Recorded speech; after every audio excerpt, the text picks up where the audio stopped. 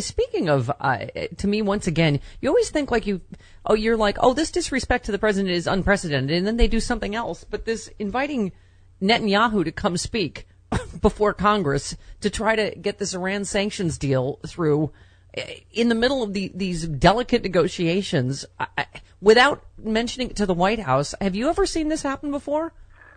No, and I've been trying to think of the proper way to respond to that. And, because I am totally outraged at Speaker Boehner for doing it. I think it was deliberately designed to undermine the president. That's close to subversion. Mm-hmm. And I just cannot believe it. Forget the protocol issues.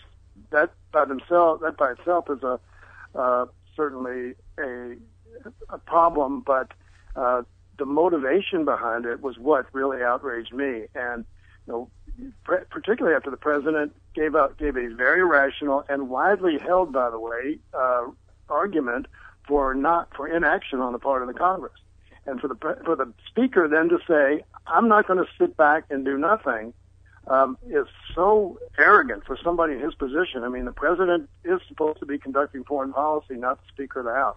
Yeah, I mean, when and you have John McCain fly overseas at a moment's notice to try to undermine the president's foreign policy on foreign soil, and now this, and it's close to an election in Israel. Yeah, it gives the appearance of the United States trying to affect the election over there.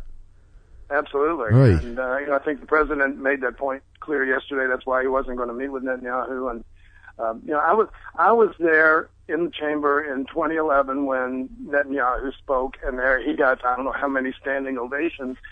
And I was in Israel shortly thereafter. And believe me, the Israelis pay very, very close attention to events like that. And the first thing out of virtually every Israeli's mouth to me was, what was with all the standing ovations?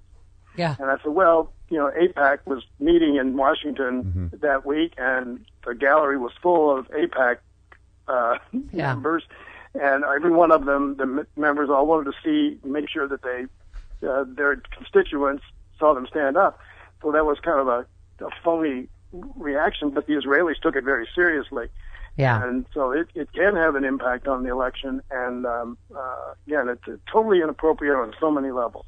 Well, and what does it say about our American, that we have our Republican Party? There are literally members of the Republican Party that are to the right of Netanyahu on the subject of Israel. I mean, it's, I know, and it's a lot of it has to do with fundraising. I mean, I'm sure some of it is sincere support for Israel. Yeah. I'm a Jewish member of Congress. I'm a strong supporter of Israel. But my first obligation is to the Constitution of the United States, right, not the Constitution of Israel. And unfortunately, I think some of the demands that are made of members by AIPAC and some strong Jewish supporters are that we pay more attention. I guess we defer to Israel more than we would defer to the United States. Yeah. And that's another thing, because if he's going to come over here and say, well, my intelligence shows this, and there's an implicit admission that, or not admission, but a concession that Israeli intelligence is superior to American intelligence. I'm not ready to sit there and endorse that kind of proposition. And I suspect he will basically talk about things like that try to match their assessment of the situation against ours. And I'm not willing to believe that there's a superior. Yeah.